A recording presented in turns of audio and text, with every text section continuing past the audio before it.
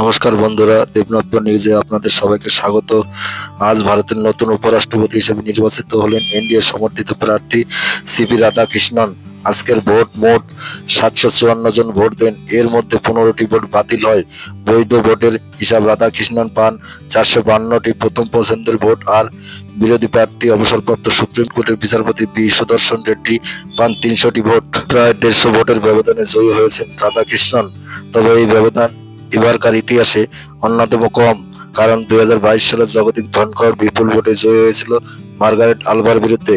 আজকের নির্বাচনে বিরোধী শিবিরের ভাঙন স্পষ্ট, কারণ কংগ্রেস দাবি করেছিল বিরোধী দলের হাতে 315টি ভোট আছে, অথচ রেড্ডি পেয়েছেন মাত্র 300 ভোট। এনডিএর প্রত্যাশিত ভোট ছিল 438টি, কিন্তু তারা পেয়েছে 452টি ভোট, অর্থাৎ অন্তত 14 থেকে 15 জন বিরোধী সাংসদ এনডিএ হয়ে ভোট দিয়েছেন। রাধাকৃষ্ণন এর আগে 2বার লোকসভায় কোয়েম্বাটুর থেকে সংসদ নির্বাচিত হয়েছেন।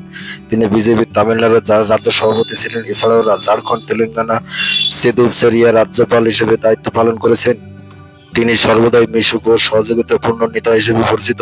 কংগ্রেস সভাপতি মল্লিকার্জুন খাড়গে শুভেচ্ছা জানিয়েছেন, আশা প্রকাশ করেছেন নতুন উপরাষ্ট্রপতি সংসদের ঐতিহ্য রক্ষা করবেন, বিরোধীদের মর্যাদা দেবেন এবং গণতান্ত্রিক মূল্যবোধ বজায় রাখবেন। আজকের এই জয়কে বিজেপি এনডিএ বিরোধী শিবিরে ভাঙনের